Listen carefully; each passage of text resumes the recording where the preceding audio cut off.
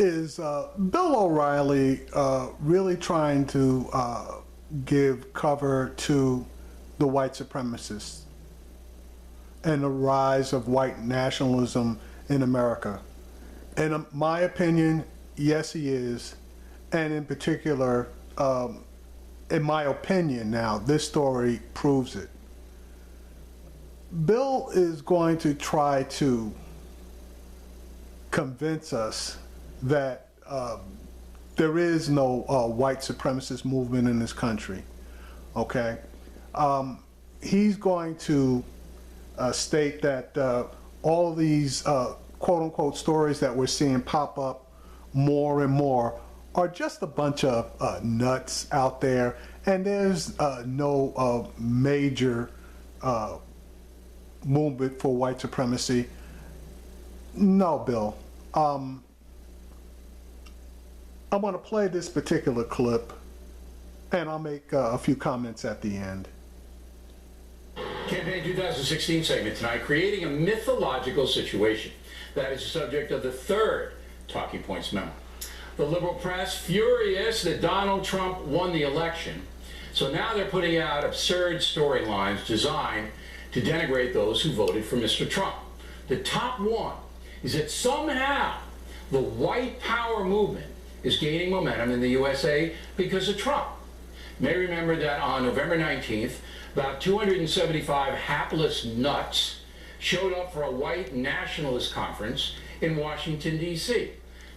Right, 275 people showed up. How many more didn't, Bill? How many more really didn't? So you want to try to make it seem like these were the only people that were involved with Richard Spencer and this particular organization. No, I don't think so. And alt-right, that was a name that Richard Spencer created because it sounded nicer than just straight out saying white supremacists. 50 reporters were there to greet him. Let me give you that again. 275 morons covered by 50 journalists. That meeting got more press than a Louis Farrakhan rally ever has. And the minister routinely draws thousands of people to hear him say things like this. Everywhere the white man has gone, his nature drove him to kill. Kill the brown, kill the red, kill the yellow, kill my own white brother, and kill the black, and make sure that the black never rise again. And hell followed.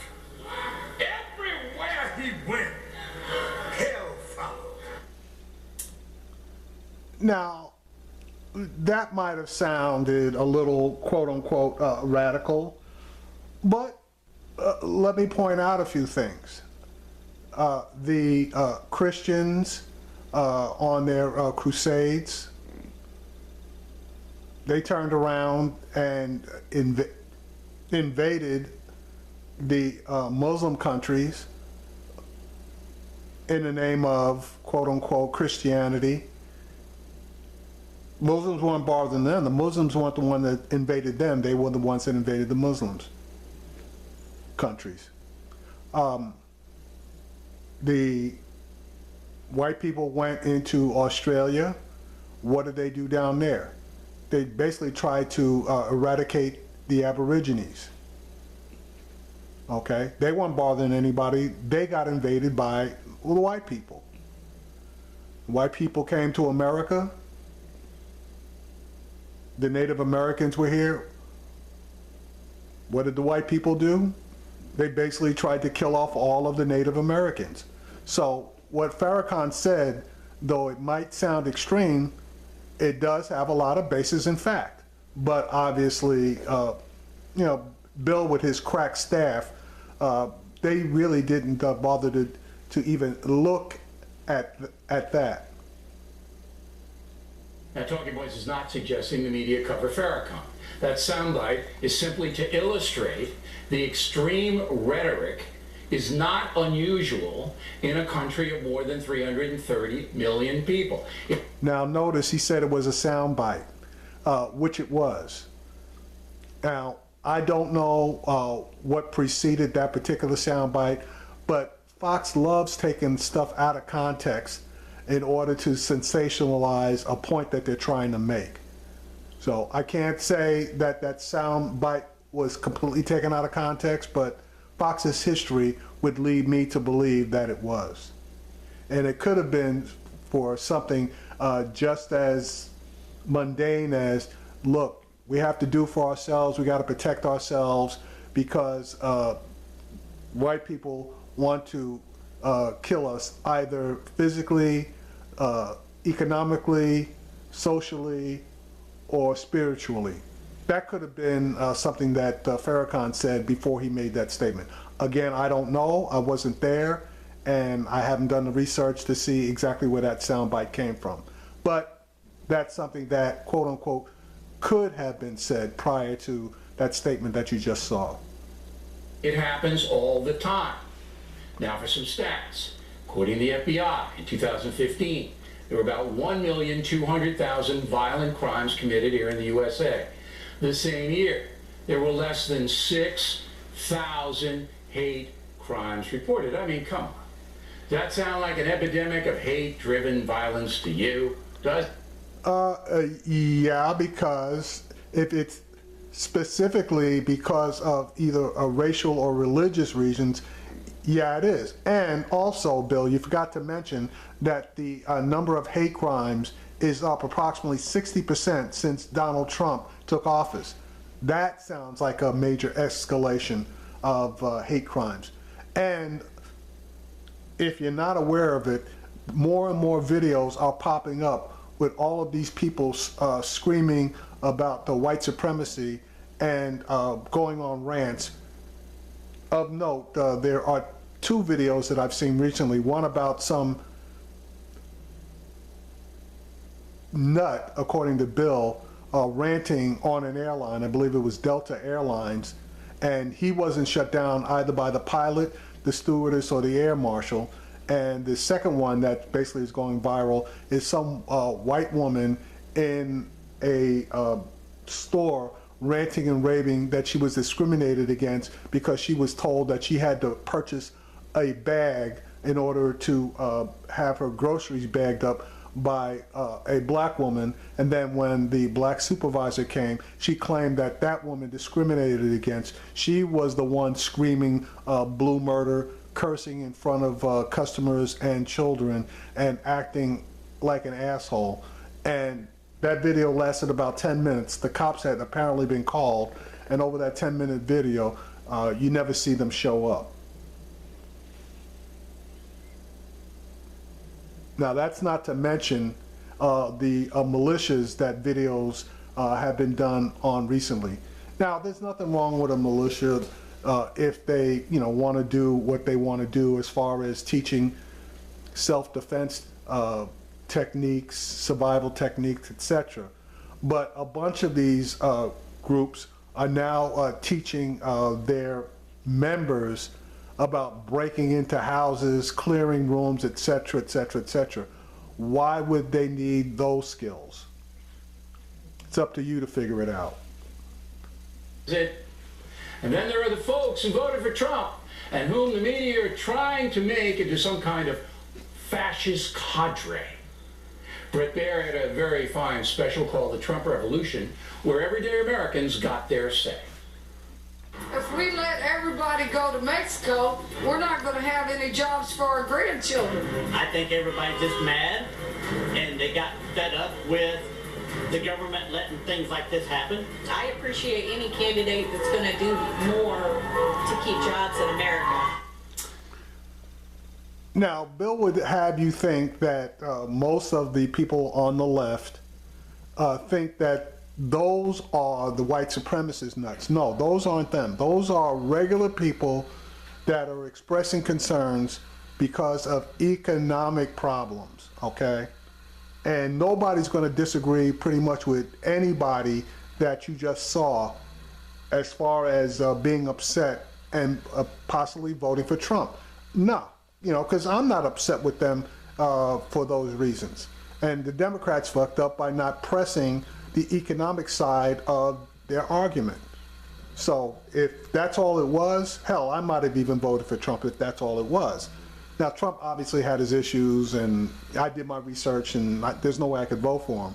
But nobody's calling those people white supremacists, okay? But you, Bill O'Reilly, would have us think that America, the people that are on the left, are calling these people white supremacists.